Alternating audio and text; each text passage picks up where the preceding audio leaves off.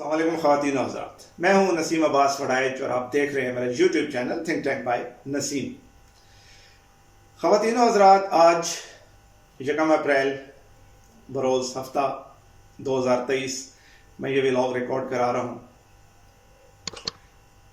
عدلیہ کے سامنے ایک بہت ہی اہم مسئلہ موجود ہے، اور وہ ہے کہ انتخابات کی جو تاریخ الیکشن کمیشن نے آگے کی ہے، کیا الیکشن کمیشن کے پاس یہ اختیار موجود ہے یا نہیں، اسی کے اوپر فیصلہ دینا۔ بیسیکلی سپریم کورٹ نے انتخابات کرانے کا حکم نہیں دینا، بلکہ شاید یہ حکم دینا ہے، اس چیز کا جائزہ لینا ہے کہ الیکشن کمیشن صدر مملکت کی دی ہوئی تاریخ جو کہ ایک عدالتی فیصلے کے تحت تھی، کیا اس میں رد و بدل کا اختیار رکھتا ہے کہ نہیں۔ مطلب معاملے کو سمجھ کے چلیں تو شاید سمجھنے میں آسانی۔ چیف جسٹس صاحب نے وجہ طور پر فرمایا کہ سوموار کا دن ایک جو ہے وہ امید افزا سورج کے ساتھ طلوع ہوگا۔ اللہ کرے کہ میرے ملک کے لیے اس میں خیر ہی خیر ہو۔ ایک بڑی دلچسپ صورتحال ہے، ابھی تک فیصلہ آیا نہیں۔ ججز کیا فیصلہ کرتے ہیں یہ میں اور آپ شاید پریڈکٹ نہیں کر سکتے، لیکن عجیب و غریب بات ہے کہ وہ فیصلہ جو ابھی تک آیا نہیں، اس کے اوپر سیاسی جماعتیں 2 گروپ بنا چکی ہیں۔ حکمران اتحاد کہتا ہے کہ ہم یہ فیصلہ مانیں گے ہی نہیں، یعنی کہ فیصلہ سنے بغیر، فیصلہ آئے بغیر انہوں نے یہ طے کر لیا ہے کہ میں نے یہ فیصلہ ماننا ہی نہیں ہم نے، تو اس پہ تو مزید بحث ہو نہیں سکتی۔ دوسری طرف اپوزیشن ہے، اور اپوزیشن کا یہ کہنا ہے کہ وہ عدلیہ کے فیصلے کے ساتھ کھڑے ہیں، پیچھے کھڑے ہیں، اور ایک ٹرینڈ سوشل میڈیا پر چلایا جا رہا ہے۔ مجھے ہنسی اس لیے آ رہی ہے کہ کہیں ایسا نہ ہو کہ سوموار والے دن ایک ایسا فیصلہ آئے کہ وہ لوگ جو کہتے تھے کہ ہم یہ فیصلہ نہیں مانیں گے، وہ اس فیصلے کے حق میں تعریف و توصیف کے ڈونگرے برساتے ہوئے ہمیں نظر آئیں، اور وہ لوگ جو عدلیہ کے فیصلے کے پیچھے کھڑے ہونے کے دعوے کر رہے ہیں وہ پھر توہین عدالت کرتے ہوئے نظر آئیں۔ کیونکہ ہماری سیاسی جماعتوں کا ایگزیکٹ کوئی اصول قبلہ کعبہ نہیں ہے، یعنی کہ ہم نے کوئی پرنسپل ابھی تک اسٹیبلش ہی نہیں کیا، ڈیولپ ہی نہیں کیا کہ ہم یہ طے کر لیں کہ ہر حال میں عدلیہ کے فیصلوں کو بیک کرنا ہے یا عدلیہ کے فیصلوں پر تنقید کرنی ہے۔ چلیے، بھی بڑا دلچسپ امر ہے کہ آپ چاہے عدلیہ کے فیصلے کے خلاف ہوں، چاہے اس کے ناقد ہوں، چاہے جو مرضی ہوں، آپ چاہے مسترد کریں، فیصلہ ماننا پڑتا ہے، کیونکہ اس کے بغیر چارہ نہیں ہے۔ قانون ضابطے یہی کہتے ہیں کہ جب عدلیہ ایک فیصلہ کر دیتی ہے تو اس کو ماننا ہے، اس کا نفاذ کرنا ہے۔ یہ بالکل ایسے ہی ہے کہ جب ہر 15 دن کے بعد پیٹرول کی قیمتوں میں رد و بدل ہوتا ہے تو ہم ٹی وی چینلز کے سامنے بیٹھے ہوئے یہ سنتے ہیں کہ کوئی اینکر پیٹرول پمپ کے باہر کھڑا ہے اور وہاں سے وہ خبر کر رہا ہے کہ عوام نے یہ فیصلہ مسترد کر دیا ہے، قیمتوں میں اضافہ عوام نے مسترد کر دیا ہے۔ تو کیا عوام کے اس فیصلے کو مسترد کر دینے سے پیٹرول پمپ پہ پیٹرول سستا ہو جاتا ہے؟ نہیں ہوتا نا۔ کیوں؟ کیونکہ جو فیصلہ ہو گیا ہے وہ آپ کو کتنا ہی ناگوار گزرے، کتنا ہی ناپسند کیوں نہ ہو، طاقت ہے ریاست کی، حکومت کی، وہ فیصلہ امپلیمنٹ ہو جاتا ہے۔ عدلیہ کا فیصلہ بھی امپلیمنٹ ہو جاتا ہے۔ آپ ٹریفک سارجنٹ کو جتنا مرضی کہیں کہ جناب میں اس چیز کو نہیں مانتا کہ ریڈ لائٹ کے اوپر کھڑے ہونا ہے، لیکن آپ کو ریڈ لائٹ کا ہی احترام کرنا ہے، اس پہ کھڑے ہونا ہے۔ آپ اس قانون کو توڑ سکتے ہیں، آپ کو موقع ملے، لیکن اس قانون کو مسترد نہیں کر سکتے۔ یہ ماننا آپ کی مجبوری ہے۔ یہ مجبوری کیوں ہے؟ کیونکہ ہم ایک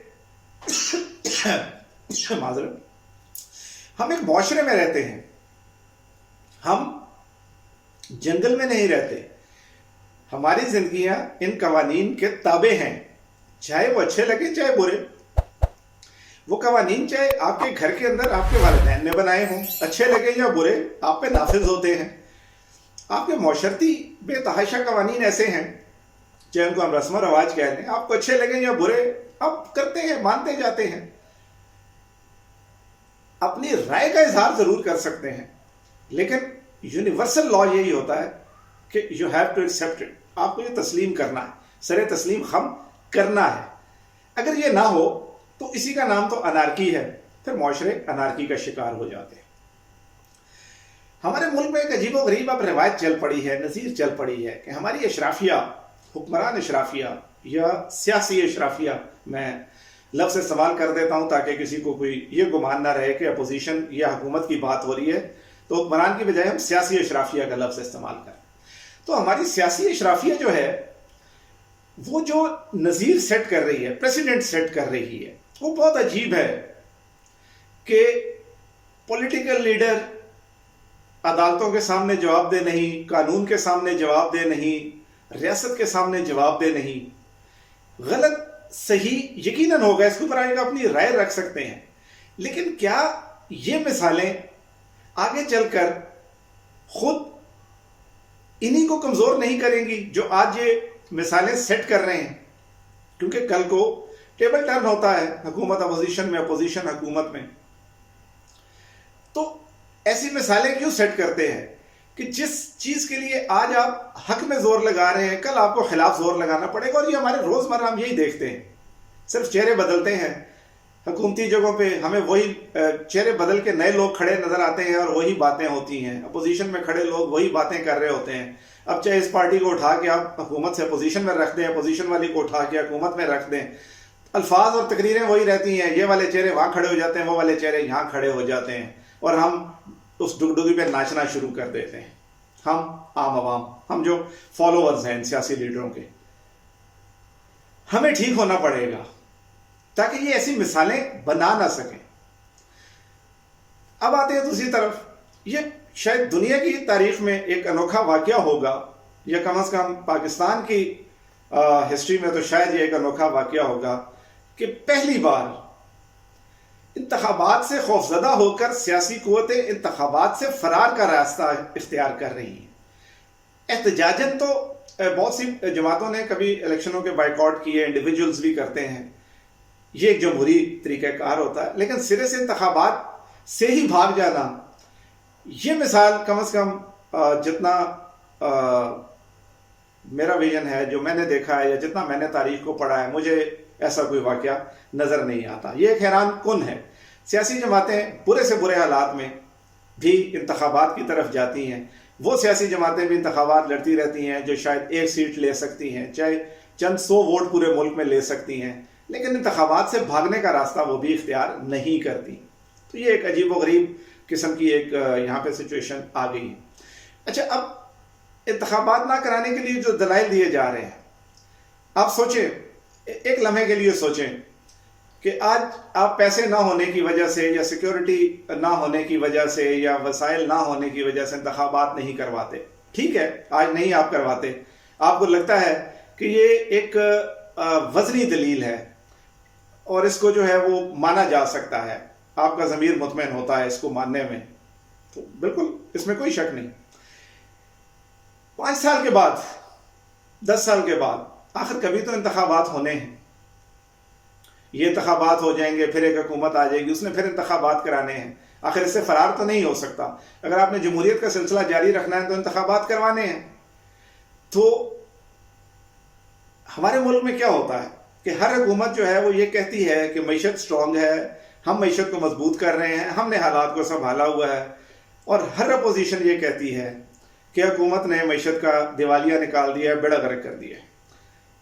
اس چیز کو ذہن میں رکھتے ہوئے ذرا 5 سال کے بعد سوچیں کہ ہم کہاں کھڑے ہوں گے۔ یعنی کہ اپوزیشن یہ تو نہیں کہے گی کہ اس حکومت نے خزانہ بھر دیا ہے، معیشت کی حالت بہت بہتر کر دی ہے، وہ تو یہی کہیں گے کہ انہوں نے معیشت کا بیڑا غرق کر دیا ہے۔ اور وہ حکومت کہے گی کہ دیکھ لیں جی، اپوزیشن بھی یہی کہتی ہے کہ معیشت کا بیڑا غرق ہے، اس وقت حالات ہی اچھے نہیں ہیں، خزانے میں پیسہ نہیں ہے، تو ہم انتخابات کہاں سے کرائیں۔ اب وہ اپوزیشن یہ تو کہے گی نہیں کہ آپ کا خزانہ بھرا ہوا ہے، کیونکہ وہ تو یہی بتائے گی کہ آپ نے معیشت کا بیڑا غرق کیا ہوا ہے۔ تو پھر تو آپ کی اگلے چاہے 50 سال بھی آپ چلیں، آپ کی ہر اپوزیشن نے حکومت کو یہی بلیم کرنا ہے کہ انہوں نے معیشت تباہ کی ہوئی ہے۔ تو کوئی بھی حکومت کیا اسی چیز کا فائدہ اٹھائے گی کہ دیکھیں جی، گواہی تو ہمیں خود اپوزیشن دے رہی ہے کہ خزانہ خالی ہے، ہمارے پاس پیسے ہی نہیں ہیں انتخابات کرانے کے، تو حکومت کہے گی دیکھیں جی ہمارے پاس تو پیسے ہی نہیں ہیں۔ تو کیا یہی نظیر سیٹ ہو جائے گی کہ جب جو حکومت چاہے مردم شماری کا بہانہ کر لے، پیسے نہ ہونے کا بہانہ کر لے، سیکیورٹی نہ ہونے کا بہانہ کر لے اور انتخابات نہ کروائے۔ آج کے حساب میں مت سوچئے، اگلے 5 سال، 10 سال، 15 سال، 20 سال، 25 سال سوچیں۔ کیوں؟ ہماری شاید اتنی عمر نہ ہو، آپ کی اور میری شاید نہ ہو، ہماری اگلی نسلیں تو یہ 50 سال بھی یہی نظام دیکھیں گی۔ تو آپ چاہتے ہیں کہ یہی کچھ چلتا رہے، آپ کی نسلیں بھی اسی تماشوں کو دیکھتی دیکھتی بڑی ہو جائیں اور دنیا سے چلی جائیں؟ تو حضور اپنا ٹائم تو گزار چکے ہیں، اگلی نسلوں کو تو سکھا دیں کچھ۔ میری اور آپ کی ذمہ داری ہی ہے، ہمیں ہی سکھانا ہے۔ کوشش کریں سکھانے کی، کوشش کریں پڑھانے کی، کوشش کریں سمجھانے کی، کوشش کریں ایک باشعور نسل کو پروان چڑھانے کی۔ یہ میرا اور آپ کا دونوں کا ہی فرض ہے۔ امید ہے آپ کو یہ میری بات سمجھ آ رہی ہوگی۔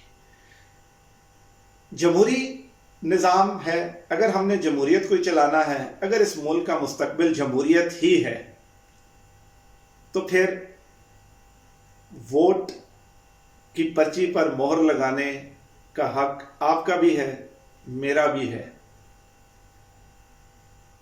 یہ چھوڑ دیں، بھول جائیں کہ کون جیتے گا، اقتدار میں آئے گا۔ اس خوف سے آپ انتخابات سے بھاگ نہیں سکتے۔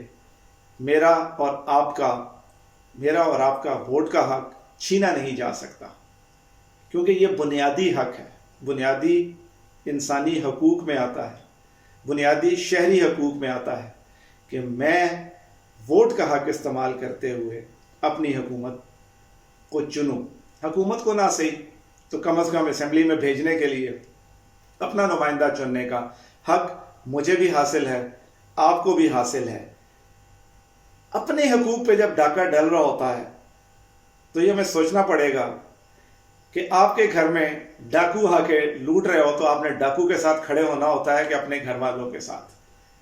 تو ووٹ کا حق اگر چھینا جا رہا ہے تو یہ میرا اور آپ کا حق ہے، مرضی آپ کی ہے ڈاکوؤں کے ساتھ کھڑے ہونا ہے یا گھر والوں کے ساتھ۔ یہ میں آپ کی وزڈم پہ، آپ کے شعور پہ، آپ کی عقل پر اس کا جواب چھوڑتا ہوں، اس امید کے ساتھ کہ پیر والا دن سوموار، جیسا کہ چیف جسٹس صاحب نے کہا ہے، اور اس کے بعد آنے والا ہر سوموار، ہر اتوار، ہر دن میرے لیے، آپ کے لیے، اس ملک کے لیے، اس ملک کے اداروں کے لیے، اس ملک کی افواج کے لیے، اس ملک کی عدلیہ کے لیے، اس ملک کی پارلیمان کے لیے، میرے لیے، آپ کے لیے اور میری اور آپ کی آنے والی نسلوں کے لیے اچھا رہے، امید افزا ہو۔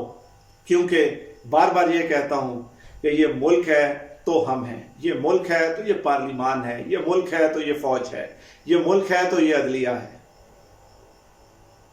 شاید بہت سے لوگ اپنے بریف کیس لے کے باہر جا سکتے ہیں، شاید آپ اور میں شاید نہیں جا سکتے۔ میری اور آپ کی نسلوں نے اس ملک میں رہنا ہے تو ہم نے ہی سوچنا ہے۔ سوچئے گا ضرور، سوچنے پر کوئی ٹیکس نہیں ہے۔ اللہ تعالیٰ میرا، آپ کا، ہم سب کا، پاکستان کے ان تمام اداروں کا حامی و ناصر ہو۔ پاکستان زندہ باد، پاکستان کی مقننہ زندہ باد، پاکستان کی فوج زندہ باد، پاکستان کی عدلیہ زندہ باد اور پاکستان کے باشعور عوام زندہ باد۔